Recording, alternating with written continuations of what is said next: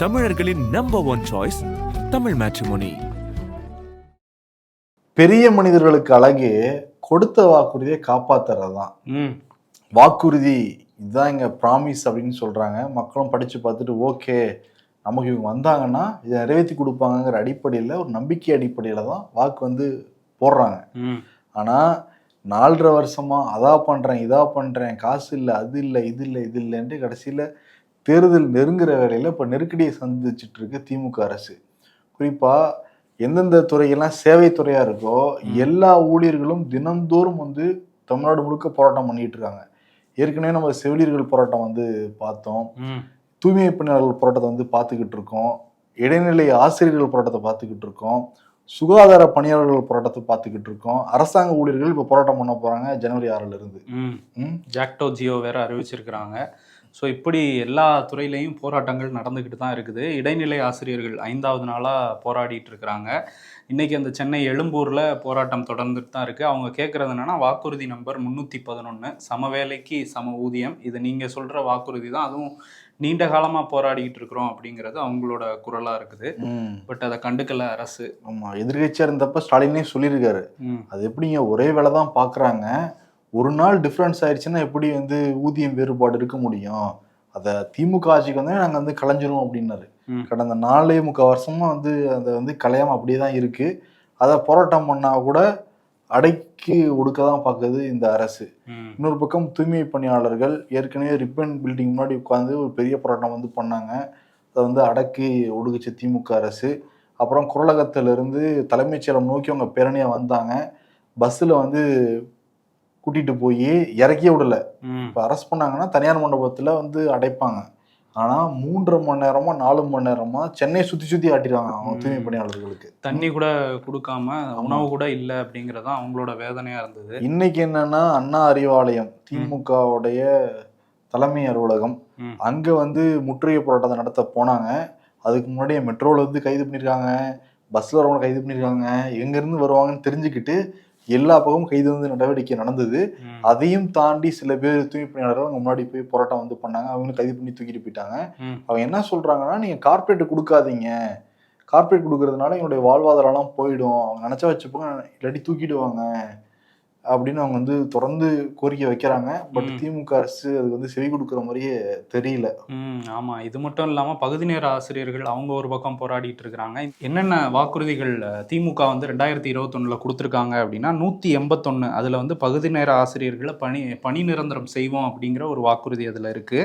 அதே மாதிரி 285 அதில் தூய்மை பணியாளர்கள் பணி, ஊதியம், ஓய்வூதியம் இது சம்பந்தமான கோரிக்கைகள் எல்லாத்தையும் நாங்கள் நிறைவேற்றுவோம் அப்படின்னு சொல்லிட்டு ஒன்று விடாமல் எல்லாத்தையும் நிறைவேற்றுவோம் அப்படிங்கிறது தான் அந்த வாக்குறுதியில் சொல்லியிருக்காங்க. வாக்குறுதி 356 அரசு மருத்துவமனைகளில் காலி பணியிடங்கள் எல்லாத்தையும் நிரப்புவோம்னாங்க, அதுவும் பண்ணலை. அதே மாதிரி ஒப்பந்த மருத்துவர்கள் செவிலியர்களை பணி நிரந்தரம் பண்ணுவோம்னு சொன்னாங்க. ஆனால் அதுவுமே முழுமையாக நிறைவேறலை. செவிலியர்கள் போராட்டம் நடத்தி அதில் ஒரு பங்கு தான் நிறைவேற்றிருக்காங்க. வாக்குறுதி எண் 309 கூட புதிய ஓய்வூதிய திட்டத்தை அப்படியே கைவிட்டுருவோம் அப்படின்னு சொன்னாங்க. அந்த பழைய ஓய்வூதியம் தான் திரும்ப பின்பற்றப்படும்ங்கிற மாதிரி ஒரு வாக்குறுதி கொடுத்துருந்தாங்க. ஸோ போக்குவரத்து தொழிலாளர்களுக்கும் நிறைய வாக்குறுதிகள் கொடுத்துருந்தாங்க. ஸோ அவங்களுமே இன்னும் சரியான அவங்களுக்கு கிடைக்க வேண்டியதெல்லாம் கிடைக்காம தான் இருக்குது. மாற்றுத்திறனாளிகள் நிறைய வாக்குறுதி கொடுத்துருந்தாங்க. இவங்களாவது போராடுறாங்க, அவங்க போராட்டம் பண்ணாலே செய்திலையும் வராது, எங்கேயுமே வராது. அந்த அளவுக்கு மாற்றுத்திறனாளிகளும் தமிழ்நாடு முழுக்க போராட்டம் பண்ணிட்டு தான் இருக்காங்க.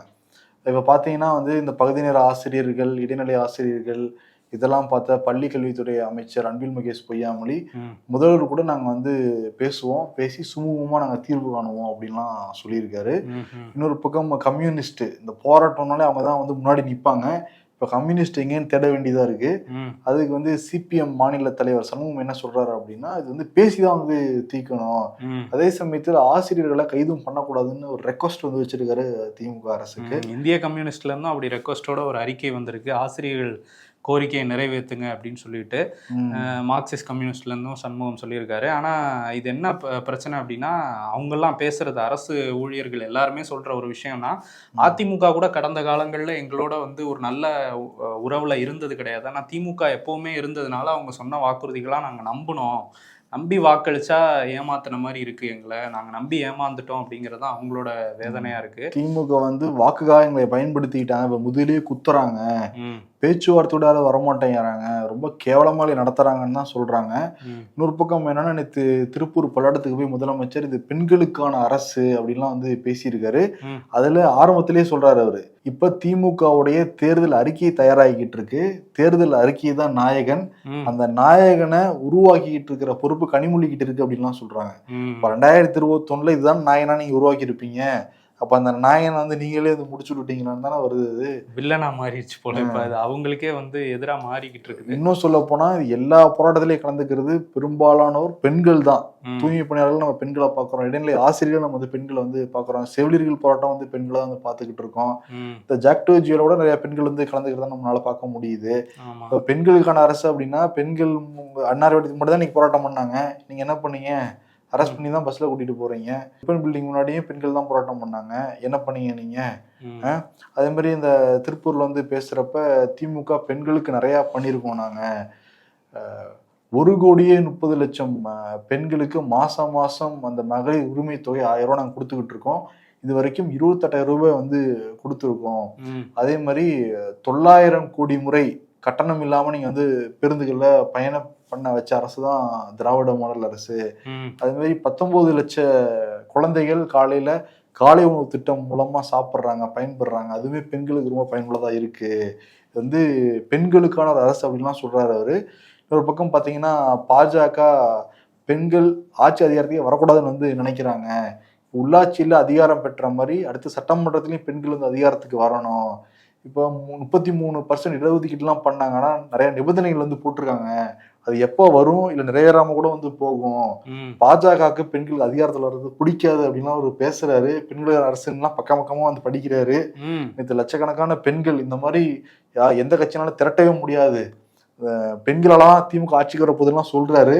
பட் அதே பெண்களால ஆட்சி பறிபோறதுக்கான வாய்ப்பும் இருக்குது. ஆனா 33% இடஒதுக்கீடு பாஜக தரமாட்டாங்க அப்படின்லாம் அவர் வந்து கொந்தளிக்கிறாரு. அதை சட்டமாக்கணும்னு இல்லை, இவரே வந்து இந்த தேர்தலில் நாங்கள் 33% இடத்தையோ இல்லை 50% இடத்தையோ பெண் வேட்பாளர்களுக்கு ஒதுக்குறோம் அப்படின்னு அறிவிக்கலாம். அது மேடையில சொல்றதானப்பா. அதுதான், அது சட்டமாகணும்னு ஏன் வெயிட் பண்றீங்க, நீங்க அறிவிக்கலாமே, அவ்வளோ கொடுத்த வாக்குறுதியே காப்பாத்தலையா.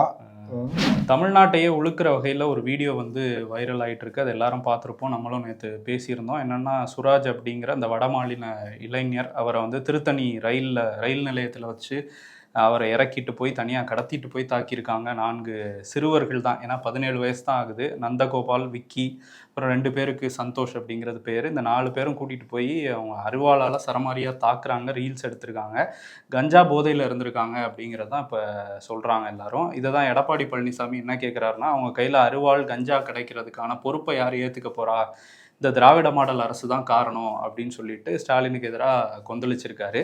அதுக்கு பதில் சொல்லியிருக்காரு மருத்துவத்துறை அமைச்சர் மா சுப்பிரமணியம். அவர் என்ன சொல்றாருன்னா, அதிமுக ஆட்சியில் எடப்பாடி இருந்தபோது தான் கஞ்சா புழக்கம், இந்த போதைப்பொருள் புழக்கம்லாம் அதிகமாக இருந்தது, நாங்கள் ஆட்சிக்கு வந்தப்பறம் போதைப்பொருள் பெருமளவும் கிடைக்காத அளவுக்குள்ள ஒரு போதைப்பொருளே இல்லாத மாநிலமாக நாங்கள் வந்து தமிழ்நாட்டை வந்து மாற்றிட்டோம். அப்படியா? அதுவும் கஞ்சாவை பொறுத்தவரையும் எங்கேயுமே கிடைக்காத அளவில் தான் இருக்குது. இப்போ எதிர்கட்சிகள் சொல்கிறாங்க, அந்த மாதிரி சொல்லும் போது அவங்க யாரையாவது காமிச்சாங்கன்னா அவங்க யாருங்கிறத அவங்க அடையாளத்தை ரிவீல் பண்ணாமல் நாங்கள் வந்து கைது பண்ணுவோம், அவங்களே எங்களுக்கு வந்து சொல்லலாம் யாராவது விற்கிறாங்க கஞ்சானா. அப்போ போலீஸ் என்ன பண்ணிக்கிட்டு இருக்கான்? போலீஸ் வந்து பந்தோபஸ்தில் பிஸியாக இருக்காங்க, மாநாடு பொதுக்கூட்டம்னு. ஆனால் வந்து பாருங்க, அவர் வந்து கஞ்சாவே இல்லாத மாநிலமாக தமிழ்நாடு மாறிடுச்சுன்னு ஒரு பச்சை பொய்யை வந்து அவர் சொல்கிறாரு வெளியில். பட்டு எல்லா இடத்துலையும் கிடச்சிக்கிட்டு தான் இருக்குது. இன்னும் இந்த 4 சிறுவர்கள் தனியாக கூட்டிகிட்டு போய் தாக்கினதை தாண்டி ரயில் ஓடிக்கிட்டு ரயில்லையே அந்த இளைஞரை பயமுறுத்துன மாதிரி வந்து கத்திய வச்சு குத்த போறாங்க, அவர் பயப்படுறாரு. இந்த வீடியோ பார்க்கறது நமக்கு ரொம்ப பரிதாபமா இருக்கு. அந்த ரயில்ல வேற யாருமே கிடையாதா, ஒருத்தரோட தட்டி கேட்கலையா, யாருக்கும் மனிதாமானம் இல்லாம போயிடுச்சான்னு பல கேள்வி நமக்கு வருது. ஆனா பயமா இருக்கு. சொசைட்டிலே வந்து பாக்குறப்ப ஒரு பட்டப்பகல்ல ஒரு விஷயம் இப்படி நடக்குது அப்படின்னா. ஆமாம், நடந்திருக்கு. ஆனால் அதுக்கப்புறம் அவரை ஹாஸ்பிட்டலில் சேர்த்ததெல்லாம் அங்கே இருந்த மக்கள் வந்து சேர்த்துருக்காங்க. பட் அருவாளை வச்சுக்கிட்டு இப்படி பண்ணுறது, போதை வந்து ஈஸியாக கிடைக்கிறது, இது எல்லாமே வந்து இள தலைமுறை வந்து சீரழிச்சிக்கிட்டு இருக்கு. இந்த ரீல்ஸ் அது ப்ளஸ் இந்த போதை இது ரெண்டையுமே வந்து அரசாங்கம் கண்காணிப்பில் கொண்டு வந்து சீக்கிரமாக ஒரு நடவடிக்கை எடுத்தால் தான் இதில் இருந்து அடுத்த தலைமுறை மீண்டு வந்து ஒரு பிரகாசமாக மாற முடியும். ஆமாம். இன்னொரு பக்கம் சென்னை பல்கலைக்கழக மசோதா இந்த வேந்தரை நியமிக்கிற அதிகாரம் தமிழ்நாடு அரசுக்கே அப்படின்னு சொல்லிட்டு தமிழ்நாடு சட்டமன்றத்தில் மசோதா நிறைவேற்றினாங்க. 2022 ஏப்ரல் மாதம் 24 2022 4 நாள்லேயே ஆளுநருக்கு வந்து அனுப்பப்பட்டது. அவர் வந்து யூஜிசி எதிராக இருக்கு அப்படின்னு சொல்லிட்டு முரணா இருக்குன்னு சொல்லிட்டு குடியரசுத் தலைவர் அனுப்பிவிட்டாங்க. குடியரசுத் தலைவர் இப்போ தமிழ்நாட்டுக்கே திருப்பி அனுப்பிட்டாங்க. அவங்க எந்த விதமான விளக்கமும் சொல்லலை. ஆனா என்னன்னா அந்த வேந்தரை நியமிக்கிற அதிகாரம் நீக்கும் அதிகாரம் தமிழ்நாடு அரசு அப்படின்னு மாத்தினாங்க. அதே மாதிரி அந்த பல்கலைக்கழகத்துல சிண்டிகேட் உறுப்பினரா நீதித்துறை செயலாளரோ அல்லது சட்டத்துறை செயலாளரோ இருப்பாங்கன்னு குறிப்பிட்டு இருந்தாங்க. இந்த வேந்தரை நியமிக்கிற ஒரு குழுவிலையுமே உயர்நீதிமன்ற நீதிபதி அதே மாதிரி தலைமைச் செயலகர் நிகரான ஒரு நபர்கள் அதுல எல்லாம் இருப்பாங்கன்னு சொல்லியிருந்தாங்க. பட் திருப்பி அனுப்பிட்டாங்க. செப்டம்பர் மாதம் கரூரில் அந்த டிவிகே பொதுக்கூட்டத்தில் 41 பேர் அந்த பரிதாபமாக அந்த உயிரிழந்து போனாங்க. அது வந்து சிபிஐ விசாரிச்சுட்டு இருக்காங்க. இங்கே சென்னையிலையுமே சிபிஐ அதிகாரிகள் டிவிகேவுடைய முக்கியமான பொறுப்பாளர்கள் புசி ஆனந்த், நிர்மல்குமார், ஆதவ் அர்ஜுனா, மாவட்ட செயலாளர் மதியெல்லாம் விசாரிச்சிருந்தாங்க. இப்போ டெல்லி சிபிஐ அலுவலகத்துக்கும் வர சொல்லியிருந்தாங்க. நேற்று 8 மணி நேரம் விசாரணை வந்து போச்சு. டீட்டெயிலாக கேட்டாங்களாம். ஒவ்வொரு கேள்வியுமே வந்து எப்படி திட்டமிட்டீங்க, எப்போ அங்கே வந்தார் எல்லாமே கேட்டிருக்காங்க. அதே மாதிரி இன்னைக்கு வந்து வர சொல்லியிருந்தாங்க. இன்னைக்கும் அவங்க போய் எல்லாருமே ஆஜராகி விளக்கம் வந்து கொடுத்துக்கிட்டு இருக்காங்க. அதே மாதிரி கரூர் பெண் சப் இன்ஸ்பெக்டர் அழகேஸ்வரி அவங்களும் வந்து ஆஜராயிருக்காங்க. 3 காவலர்களும் ஆஜராயிருக்காங்க சிபிஐ அலுவலகத்தில். விசாரணை ரொம்ப தீவிரமாக போயிட்டு இருக்குன்னு வந்து சொல்றாங்க. கூடிய விரைவில் அறிக்கை கூட வந்து வெளியாகலாம் தான் எதிர்பார்க்கப்படுது. இன்னொரு பக்கம் இங்க இருக்கிறவர் பாக்குறவன்னா செங்கோட்டையன் தான்.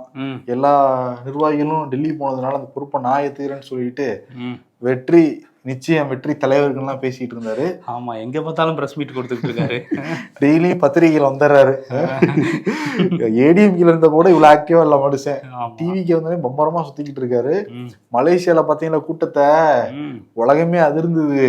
அங்கெல்லாம் வந்து பிரைம் மினிஸ்டர் பிரசிடென்ட் தான் ரோட் ஷோ கொடுப்பாங்க. பட் எங்க தலைவர் கொடுத்துருக்காங்க. அப்பயே நீங்க தெரிஞ்சுக்கணும் அடுத்த சிஎம் யாரு அப்படின்னு வந்து சொல்லிட்டு இருந்தாரு. மலேசியால கொடுத்தா இங்க சிஎம் ஆயிடலாமா, இது தெரியாம போச்சு. உலக தலைவர்கள் ஒருத்தரா இப்பயே வந்து ப்ரொமோட் பண்ணிட்டாப்ல செங்கோட்டையன். அதான் நிருபர் வந்து கேள்வி கேட்டாங்க. திருமாவளவன் நடுவில் ஒரு கருத்து வந்து சொல்லியிருந்தாரு. ஆர்எஸ்எஸ் பெற்றெடுத்த குழந்தைகள் தான் நாம் தமிழர் கட்சியும் தமிழக வெற்றி கழகம்ங்கிறத சொல்லியிருந்தாரு. திருமாவளவன் அப்படி சொன்னாரேன்னு வந்து நிருபர் கேள்வி கேட்கிறாங்க. அதுக்கு செங்கோட்டையன் என்ன சொல்றாருன்னா, ஆமா சீமான் வந்து ஈழத்துக்காக பேசினாரு, அப்புறம் ஈழத்துக்கே போய் சாப்பிட்டாரு, ஈழத்திலேயே பரிசெல்லாம் வாங்கினாரு, அதெல்லாம் அந்த காலான்ட்டு போறாப்புல. சீமானை விமர்சிச்சுட்டு போறாரு அவரு. சீமானை விமர்சிச்ச மாதிரி இல்ல, அங்க போய் சாப்பிட்டாரு, இது பண்ணாரு, அங்க போயிருக்காரு, அங்க முக்கியத்துவம் கொடுத்துருக்காங்கிற மாதிரி சொல்றாரு. ஆனா அதெல்லாம் போயின்னு இந்த பக்கம் திமுகன்னு சொல்லிட்டு இருக்காங்க. ஆக்சுவலி திரும்ப தான் விமர்சனம் பண்ணது. திருமான்னு கேள்வி கேட்டா சம்பந்தமே இல்லாம சீமான விமர்சனம் பண்ணிட்டு இருக்காப்புல செங்கோட்டையன். அவர் வந்து குட் டெவலப்மெண்ட். சீமானா திருமாவளவன் கன்ஃபியூஸ் ஆயிட்டாரு போல அவரே. சரி, எங்க மலு திருமா இங்க இருக்கு, சீமான இருக்காரு, என்ன இது புரியல.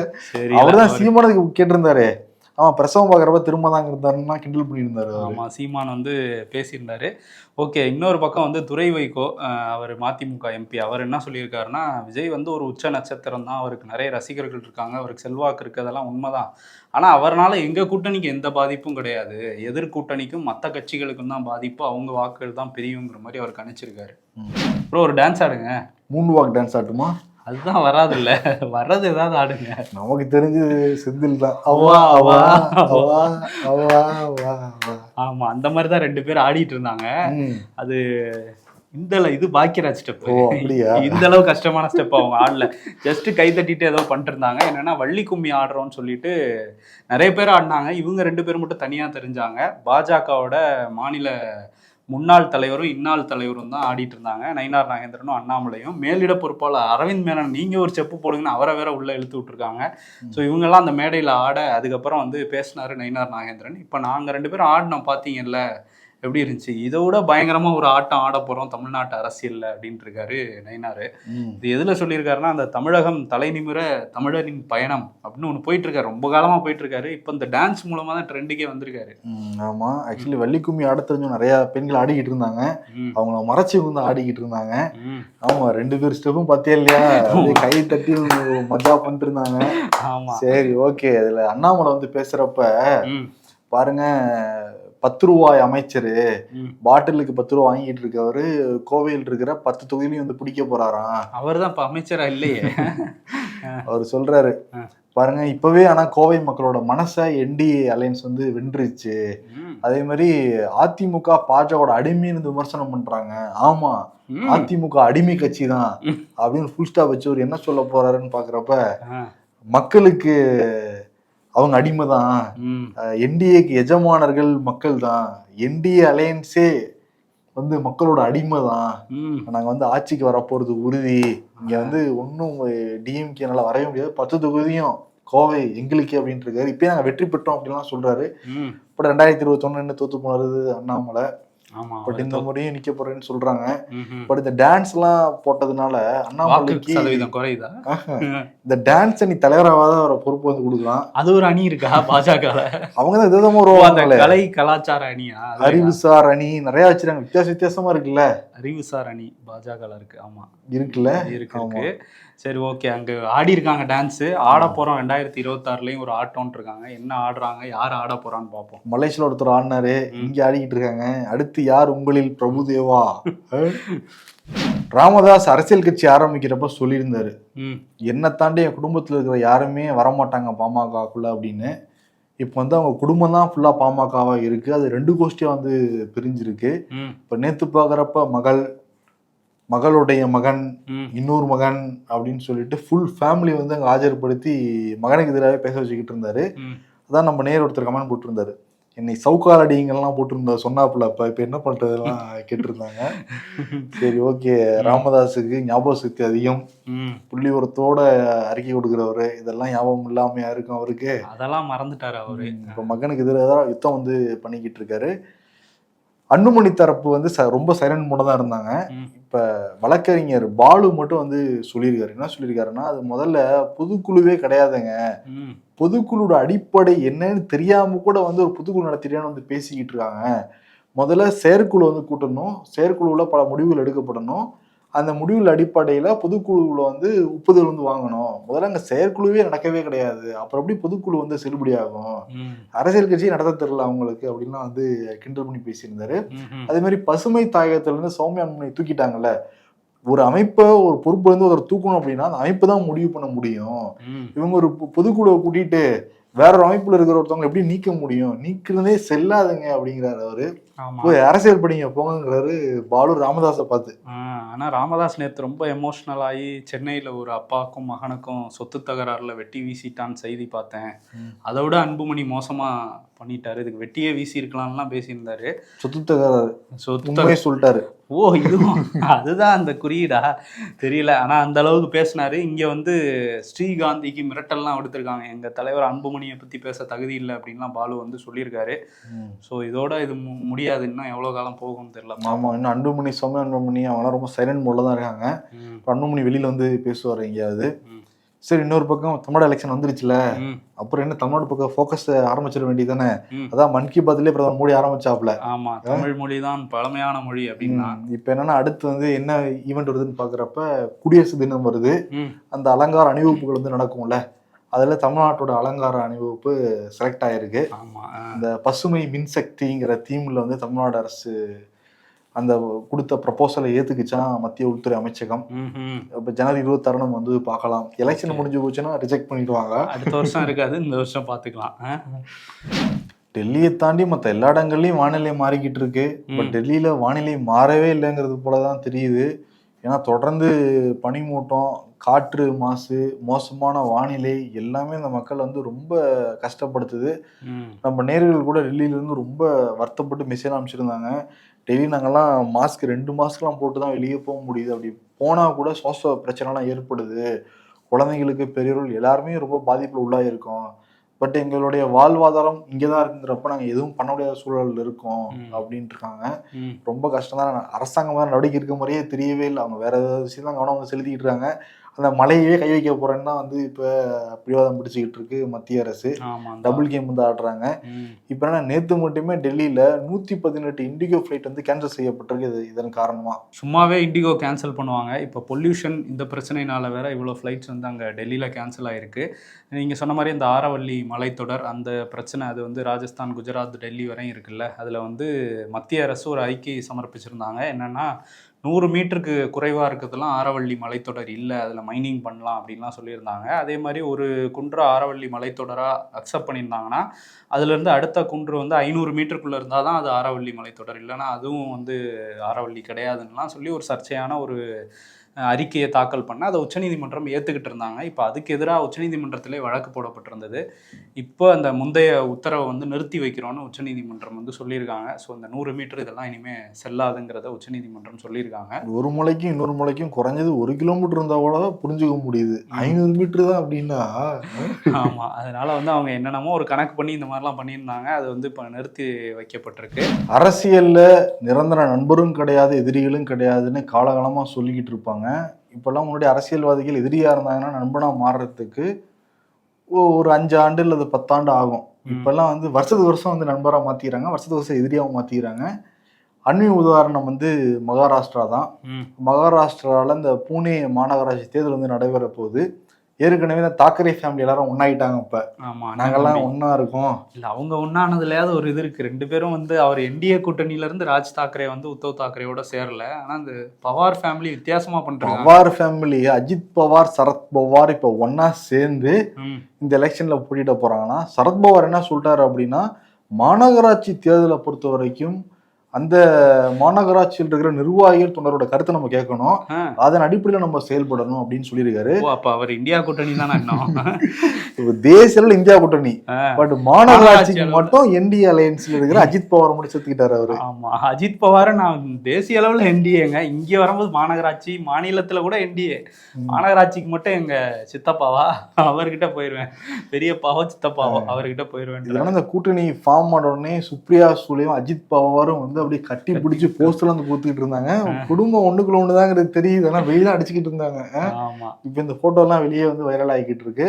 இதுல என்னன்னா சின்னதா ஹைலைட், அஜித் பவாருக்கு கடிகாரம், சரத் பவார் கட்சிக்கு ஊதுகுழல். ஏற்கனவே சரத் பவார் கட்சிக்கு ஊதுகுழலா ஊதிட்டு தான் இருக்காங்க. சரி பார்க்கலாம், மகாராஷ்டிரா அந்த மாநகராட்சி தேர்தலில் இந்தியாவை ஒத்துப்பாகும். இந்த மாதிரி ஒரு அலையன்ஸ்லாம் ஃபார்ம் ஆகிட்டு இருக்காங்க. பார்ப்போம் என்ன நடக்குதுன்ட்டு. இன்னொரு விஷயம் வந்து அந்த எர்ணாகுளம் எக்ஸ்பிரஸ், அது வந்து டாடா நகர்லேருந்து வந்துட்டு இருந்தது. ஆந்திராவில் உள்ள அனகாப்பள்ளி அந்த ஏரியாவுக்கு வரும்போது தீ பிடிச்சிருக்கு. B1 B2 இந்த 2 கோச்லேயும். 2 கோச்சும் பயங்கரமாக பற்றி எரிஞ்சோன்னா அதில் உள்ளவங்கலாம் சேஃபாக வெளியேற்றிருக்காங்க. ஒரு 70 வயது முதியவர் மட்டும் அதில் மாட்டி பரிதாபமாக உயிரிழந்திருக்காரு. மற்ற கோச்சஸ்லாம் டீரெயில் பண்ணி அதுலேருந்து கலட்டி செப்பரேட் பண்ணி எடுத்துகிட்டு போயிட்டாங்க.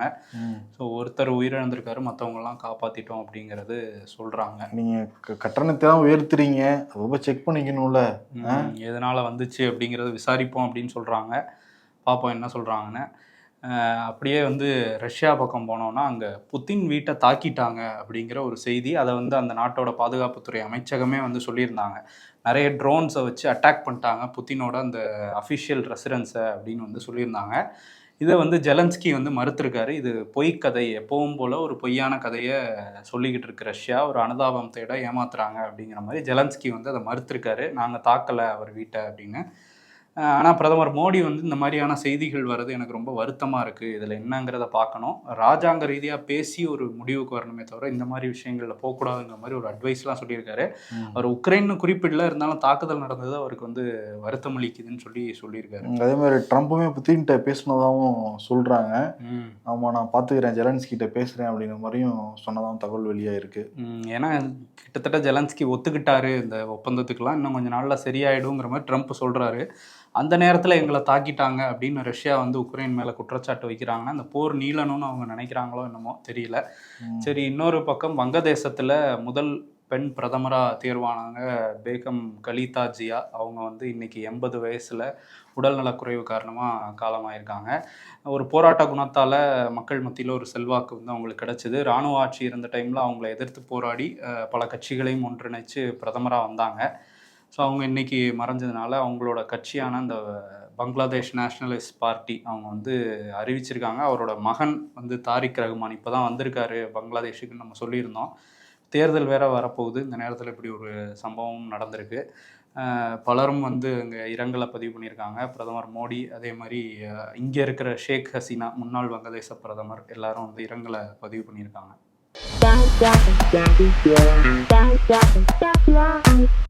வீரன் மீண்டும் நியூ இயர் ரெசல்யூஷன் எடுக்க தயாரானான். ஆனால் வீரனுக்கு தெரியவில்லை. யோ என்னையா தெரியல சொல்லியா. ஒன்றும் அதை ஃபாலோ பண்ண மாட்டாங்கிறதா தெரியலன்னு போட்டிருக்காங்க. Frustrated me. Okay, let's hear songs to divert myself. Bluetooth low battery.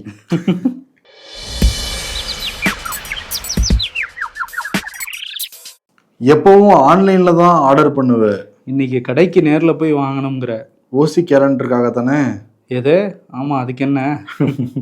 கரும்பை கடித்தால் இனிக்கும், கரும்பால் அடிபட்டால் வலிக்கும். செயலை பொறுத்தே நன்மையும் தீமையும் அமையும். இதாங்க வாழ்க்கை அப்படின்னு போட்டிருக்காங்க. தத்துவம் போல.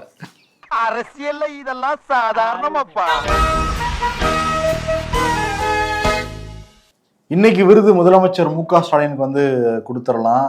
எந்திரிங்க சார், நீங்க தான் வாக்குறுதி கொடுத்தீங்க, நாங்க சொல்றதையும் செய்வோம் சொல்லாதையும் செய்வோம்லாம் சொன்னீங்க, சொல்றதையாவது நீங்க செய்யுங்க. ஆமா, அதான் அது ஒரு கனவு உலகத்துல இருக்காரா என்னங்கிறது தெரியல. ஒரு பக்கம் பாராட்டு விழாக்களா அவருக்கு அவரே நடத்திட்டு இருக்காரு, இன்னொரு பக்கம் அந்த வாக்குறுதிகள் மறந்துட்டாங்க, போராட்டம் நடக்குது. அதனால வந்து எந்திரிங்க சார் விருது வந்து கொடுத்துடலாம். இல்லாட்டி மக்கள் எழுந்திரிக்க வச்சிருவாங்க, அரசாங்க ஊழியர்கள் அந்த சேலந்து எழுந்திரிக்க வச்சிருவாங்க. அதெல்லாம் உங்களுக்கே தெரியும். ஓகே, நன்றி. தமிழர்களின் நம்பர் 1 சாய்ஸ் தமிழ் மேட்ரிமோனி.